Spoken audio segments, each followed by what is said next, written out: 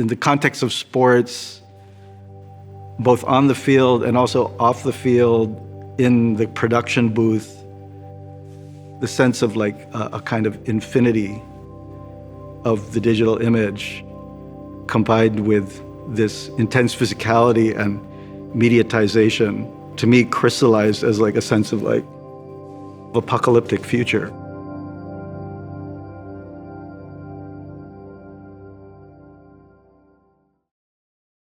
I come from a family of musicians, specifically church musicians associated with a Protestant American university in the Philippines. I just grew up around the production of church music and, in retrospect, the production of kind of American ritual.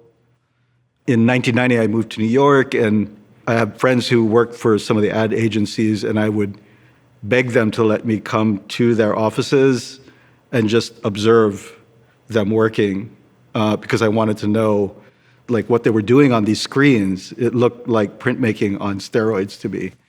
The Pure Products Go Crazy was the first video that I made, and it was made in the student lab at Parsons. I was really just trying to mine, this idea that there's some part of me that is in everyone else via these kind of Hollywood images, and that they could be used because of their familiarity to speak to things that were not so familiar. Specifically, like what it means to grow up in an institution of American education in the Philippines and to be part of a legacy of kind of American imperialism, the other side of the moon to American culture that, in my opinion, American culture couldn't exist without. Not having grown up as a sports fan, I found myself with my friends going to WNBA games at the Garden. It was kind of like a passion thing for kind of queer East Village to like support the New York Liberty, and was immediately wowed by the intense visuality of it, and immediately kind of shifted into like looking at VHS footage of basketball games and found, this image of Larry Johnson doing a victory gesture or like a victory dance after a slam dunk. That became Fragment of a Crucifixion. It's kind of this very exuberant emotional moment, but by breaking it down to a fragment and then subjecting it to a loop, it turns the meaning of the intense emotion into a kind of ambiguous thing that could be read multiple ways. I was going in as a non-fan, and in a way maybe more attuned to the background, like the sense of the production of a kind of ritual event. So in a sense for me, it's like almost like a church service.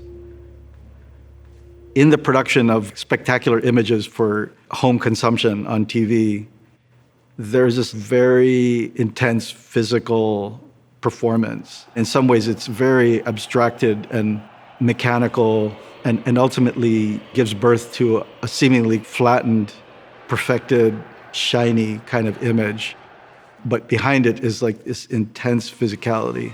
The whole pageant of it is like, again, like a church service, and has to do with like the purposeful production of all the kind of affective possibilities of the sensorium, of all the senses being brought to bear in creating a very potent experience. There's a way in which, on some level, it's meant to bring every individual in the crowd into a kind of alignment with a national agenda. In a way, it's like a sensory version of propaganda.